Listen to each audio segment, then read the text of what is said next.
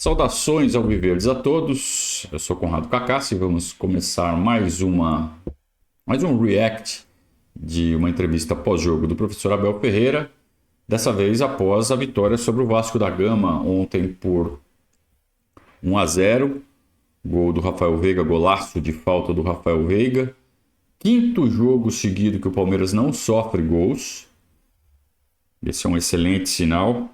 A gente está muito preocupado com a situação do Dudu. Durante essa segunda-feira ainda teremos alguma notícia. Joelho, né? Provavelmente. Estamos realmente muito preocupados. Mas uma das maiores repercussões do jogo de ontem, infelizmente, foi por conta de um acerto da arbitragem que anulou o gol do Vasco, mas que a imprensa, em geral, né, tende a repercutir do jeito errado e está batendo na tecla que o gol não deveria ter sido anulado, que é um absurdo. Mas vamos ver se isso vai ser abordado nessa coletiva ou não. Mas é claríssimo para quem conhece a regra que o gol foi corretamente anulado, né? Mas como se trata do Palmeiras e da fraqueza de bastidor do Palmeiras, todo mundo se sente à vontade para bater no Palmeiras, tendo razão ou não tendo razão. Vamos ver o que aconteceu nessa coletiva, se esse assunto foi abordado pelos companheiros.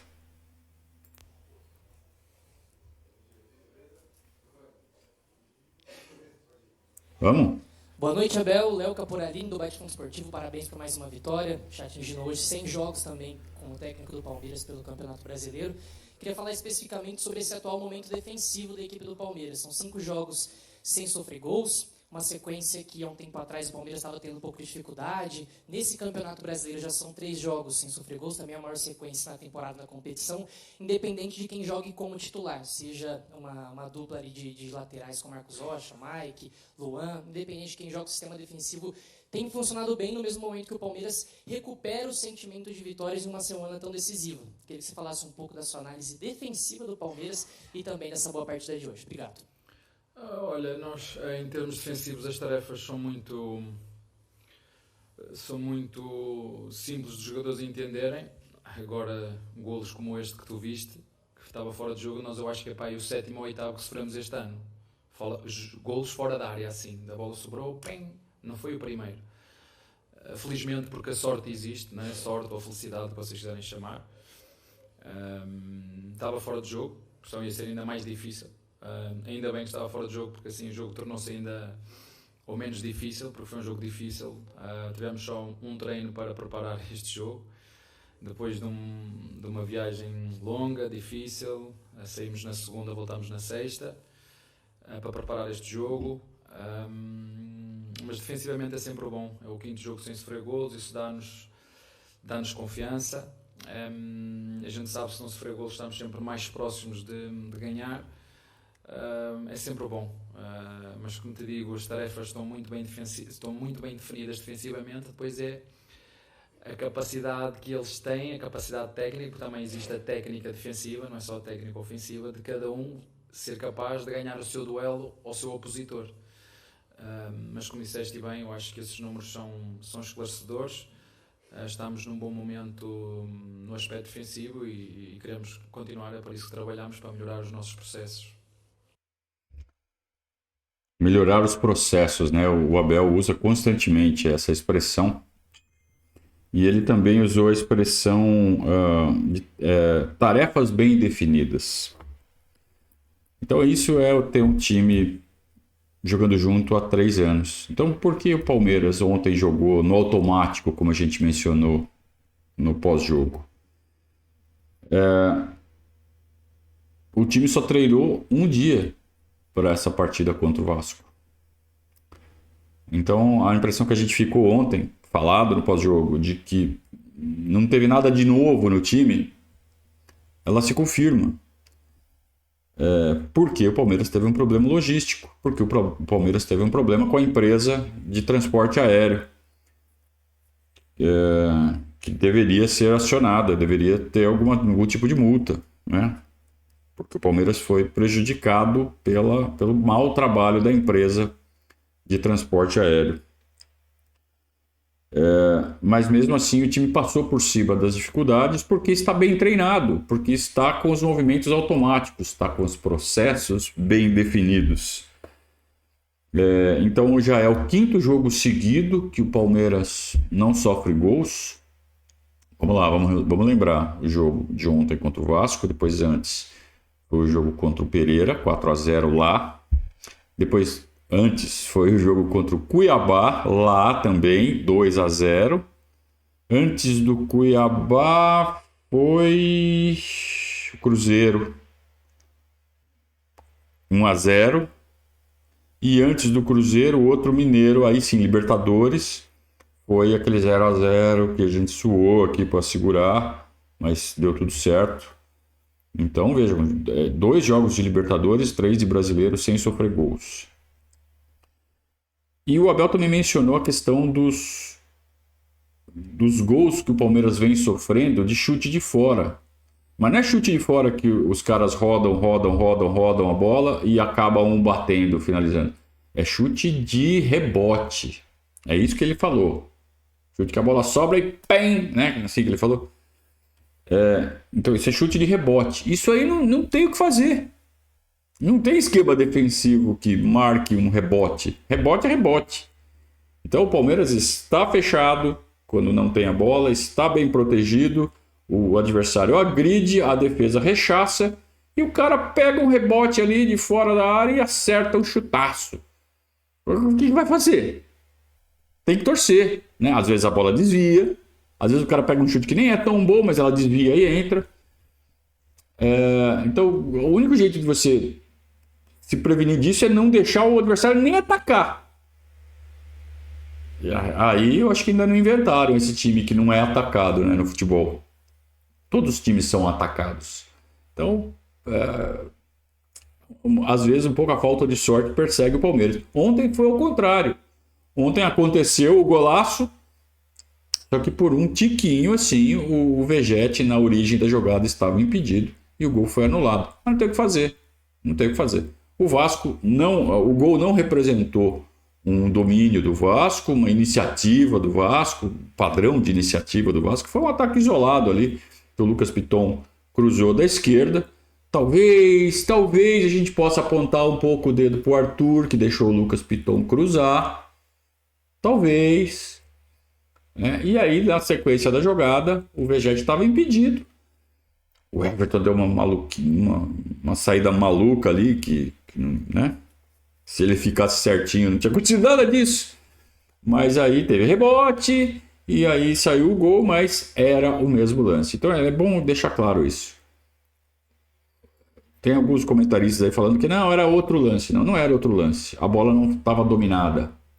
O jogador do Palmeiras não pegou a bola, parou, pôs no chão, sabe? Sem perigo, sem estar ameaçado. Foi uma sequência do lance. Foi rebote, foi rebatida e não caracteriza o início de um novo lance.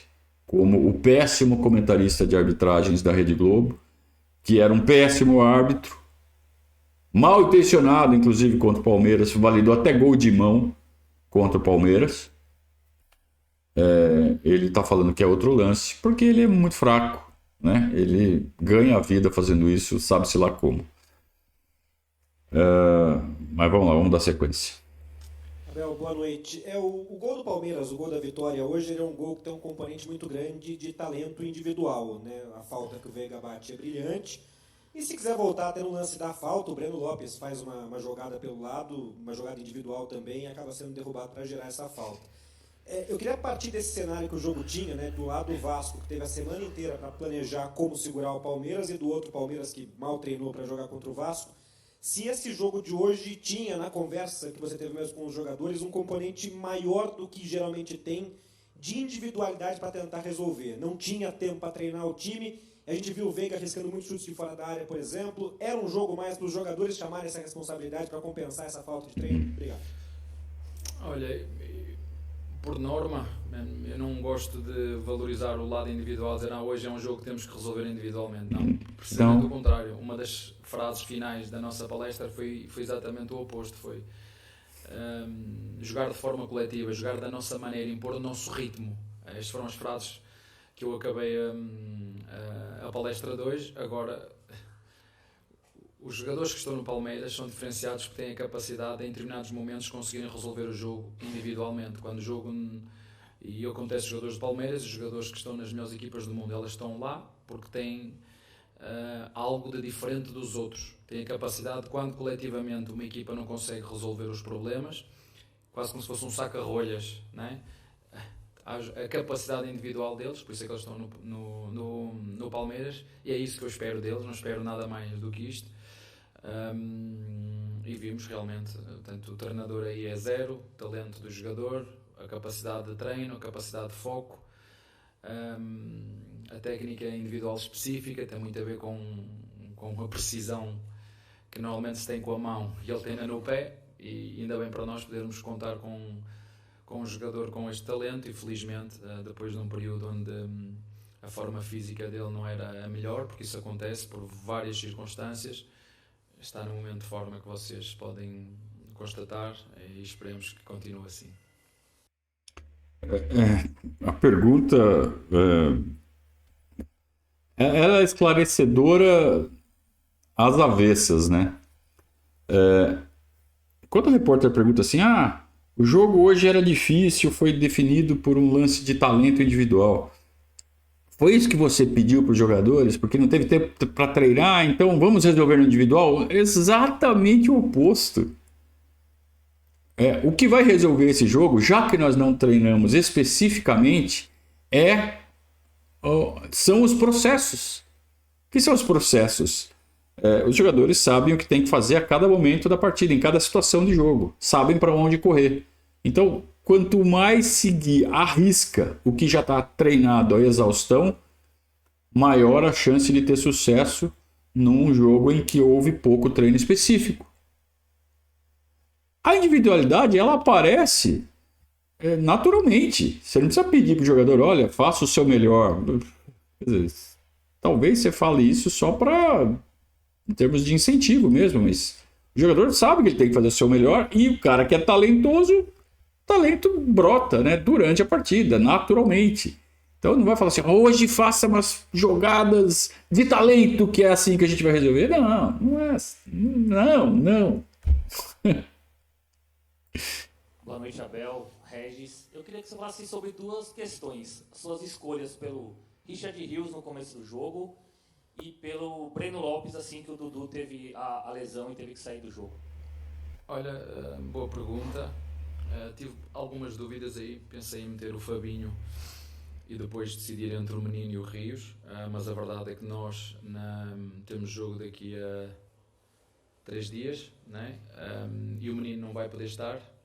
Portanto, o Menino teria que iniciar este jogo obrigatoriamente. Mas depois lembrei-me de um jogo que fizemos aqui contra o Bolívar, que a dupla de meio campo foi o Rios e o Menino. Como disse ao teu colega, não temos muito tempo a treinar e gostei daquilo que vi. Pedi-lhes basicamente as mesmas funções. Procuraram os dois fazer aquilo que eu lhes pedi, mas a decisão foi essa. Pensei inicialmente em meter o Fabinho, fazer ali o que estava a fazer o Menino, mais de 5, mas acabei por fazer o mesmo que fiz contra o Bolívar. Essa foi a minha decisão. E a outra era do Breno. Acho que é a ordem natural das coisas. Sabem, eu treino com eles todos os dias, eu o conheço, eu sei quanto eles se dedicam. Eles sabem que os nossos torcedores são exigentes, é uma massa associativa exigente, que quer a perfeição. E nós procuramos, eu só quero lembrar também aos nossos torcedores, sobretudo a esses mais chatos, que o início da história do Palmeiras, e o Palmeiras é o Palmeiras, o Palestra Itália, e uma das grandes razões que eu gosto muito da história do clube é porque é um clube que é incluso. Não é um clube exclusivamente italiano, foi um clube que abriu e se fundou com italianos, se fundou com brasileiros, se fundou, eu lembro em 1930, uma ex-escrava, a avó, qualquer coisa, não sei o nome dela, em 1930, era uma figura, foi ex-escrava, uma figura muito representante do Palmeiras. Portanto, o Palmeiras até nisso é um clube incluso, um clube que dá oportunidade a todo mundo, um clube eclético, e portanto aqueles torcedores que são um bocadinho mais impacientes, que vão às profundezas do clube e que se inspirem e que ajudem todos os jogadores que aqui estão, porque eles todos merecem o mesmo carinho. Porque eu sei quanto eles treinam. E se eles estão aqui é porque eles merecem estar aqui. Porque quando não merecerem estar aqui, sou eu o primeiro. E se confiam em mim, sou o primeiro a tirá-los. E não é o caso. Então, por questões de hierarquia, por questões de trabalho, porque o Breno já está aqui connosco há 3 anos. O Kelvin, por exemplo, começou a treinar connosco a meio deste ano e treina connosco e joga em baixo. E quando surgir a oportunidade dele jogar, por exemplo, podia ter metido o Kelvin, mas achei que não era o contexto do jogo para ele. E a minha decisão, a minha função enquanto treinador é exatamente essa, é tomar decisões. Uns vão gostar, outros não vão gostar, mas é para isso que me escolhem para treinador, é para no meio de 16 milhões, se fosse perguntar 16 milhões de palmeirenses, um ia escolher um, outro ia escolher outro. Tem que haver um que tenha que decidir, né? Eu, às vezes, quando quero brincar com os meus jogadores no início da época, digo-lhes, ou até costumo falar com os capitães, logo temos jogo, chegarem aqui, se vocês reunirem entre vocês, quem deve jogar, começa essa equipe. Mas eles chegam lá, então, Gomes, quem é o professor? Essa função é sua. Pronto, então, essa é a minha função, é escolher. Mas foi por isso, porque normalmente o que eu faço é, saindo o Dudu, é o Breno que joga, ou o Jonathan, em função daquilo que o jogo está a pedir, e eu acho que o jogo estava a pedir o Breno, só isso. O cara está aqui há 3 anos, ainda não completou 3 anos, e ele conhece a história do Palmeiras mais do que 99% da torcida. Tá? E ele já está falando até com um tom de resignação aos cornetinhas, a Enzolândia, né, em geral. Tratem com carinho os caras que estão aqui, mesmo que eles não sejam os melhores do mundo, porque eles merecem, porque eles treinam. E se eles não são tão bons quanto a gente gostaria que fosse, a culpa não é deles, a culpa é de quem os contratou. Ou a culpa é do orçamento do Palmeiras. O Palmeiras não tem dinheiro suficiente para ter um time A e um time B no nível que nós gostaríamos. Vocês acham que eu também não queria ter reservas quase à altura dos titulares? Não exatamente à altura, porque senão ia ser uma coisa problemática de administrar, e a gente vê isso acontecendo, por exemplo, no Flamengo, né? Outro dia os caras tinham Marinho, Vidal, tudo no banco. Vê se para no time. O Pedro não para de criar problema, porque ele não, até hoje o Pedro vai para a Copa do Mundo, mas não consegue ser titular do Flamengo. E aí fica criando problema. Tudo bem que ele foi vítima também, né? Mas a gente sabe que ele é meio marrentinho exatamente pelo fato de estar no banco, não aceita banco. Por quê? Porque sabe que é bom o suficiente para não ficar no banco. Em qualquer outro time o cara seria titular. Então a gente não pode querer ter jogadores excepcionais no banco. Tudo bem, dá para ser um pouquinho melhor do que é. Aí é questão de acertar ou errar na hora de contratar. Mas nem sempre você acerta em cheio no nível do jogador que você contrata para ficar no banco. Às vezes ele não é tão bom quanto a gente gostaria. Só que o cara se dedica, treina, honra a camisa, faz o melhor. Vai ficar xingando o cara.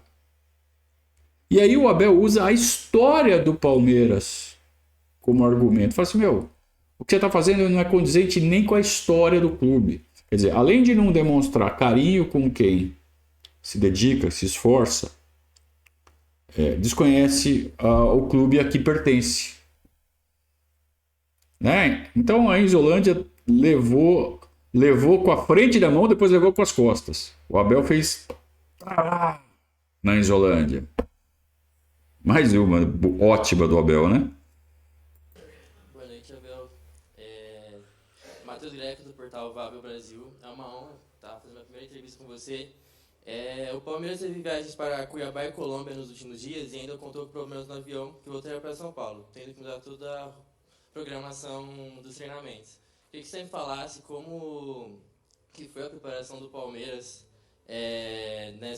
depois desse contratempo e como que a equipe enfrenta com essas viagens longas. Olha, boa pergunta, e como eu gosto de ver nas equipas de futebol gente jovem com vontade de aprender e de aparecer.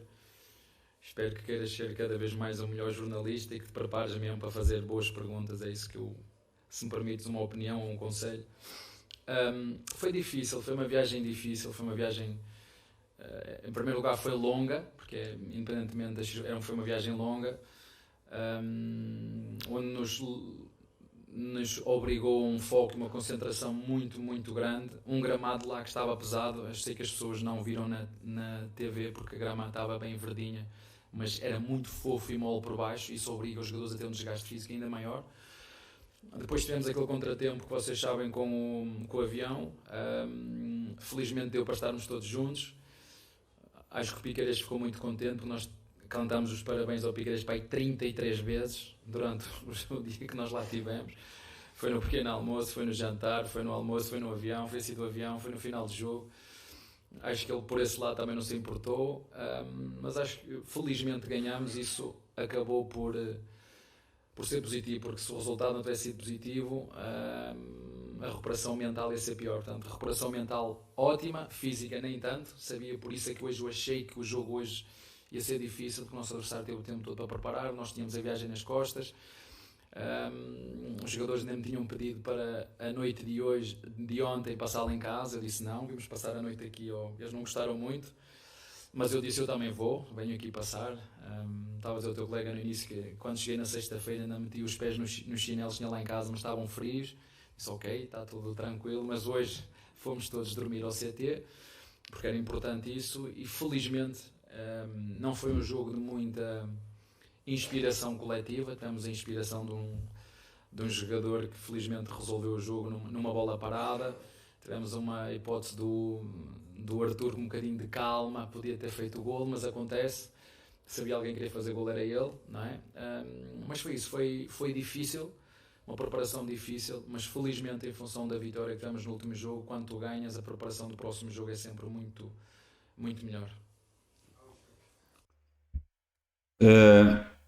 O Abel, ele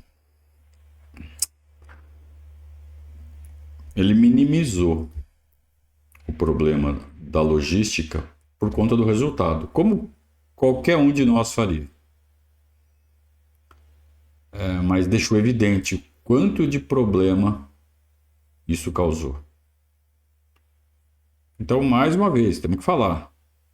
A empresa que presta esse serviço ao Palmeiras causou um prejuízo grande ao elenco e à comissão técnica e à competitividade do Palmeiras.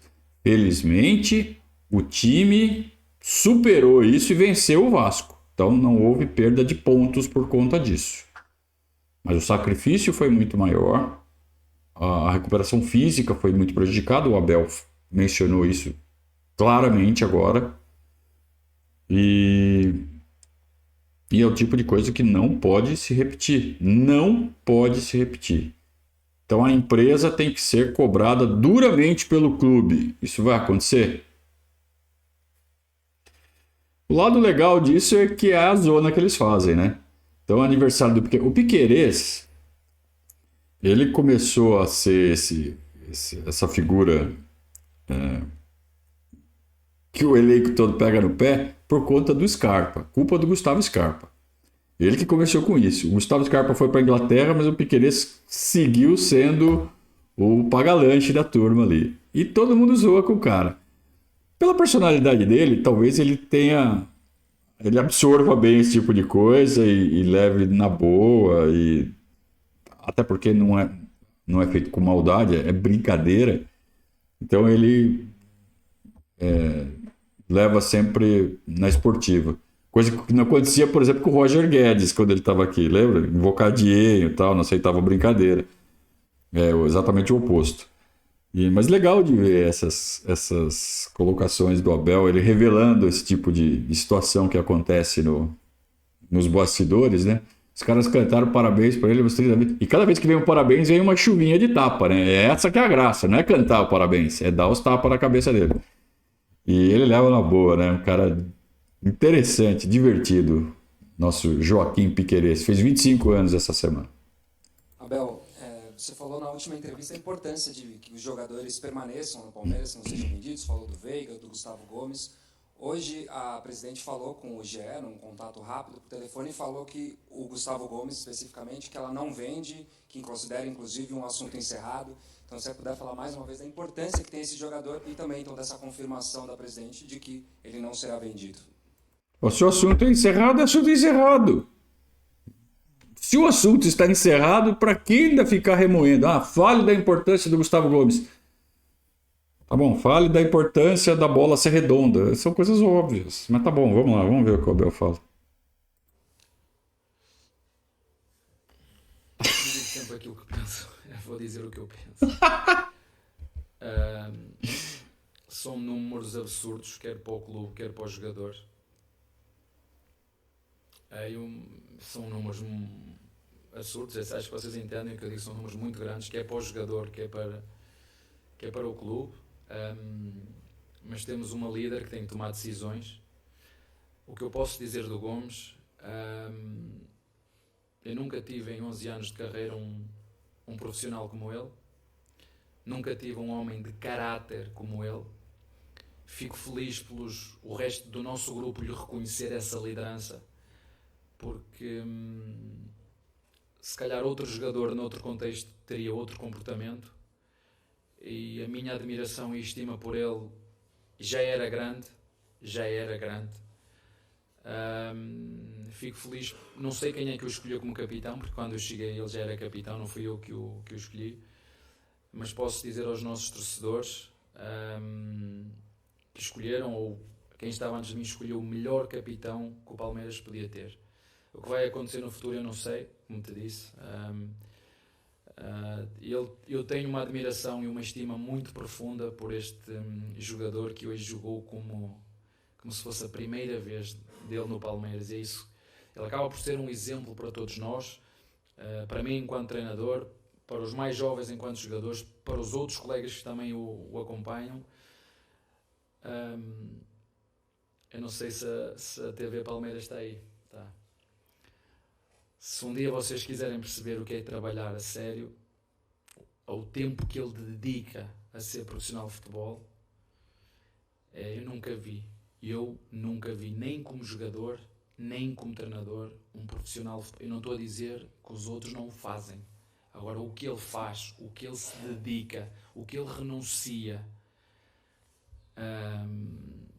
eu nunca vi na minha vida, eu não conheço o Cristiano Ronaldo. A gente fala no Cristiano Ronaldo que faz e acontece.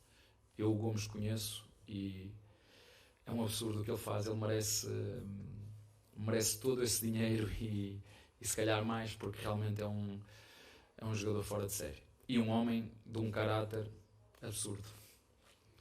Tá? Eu minimizei ali. Vai falar o que do Gustavo Gomes? Todo mundo já sabe, pronto. Já calou minha boca aqui.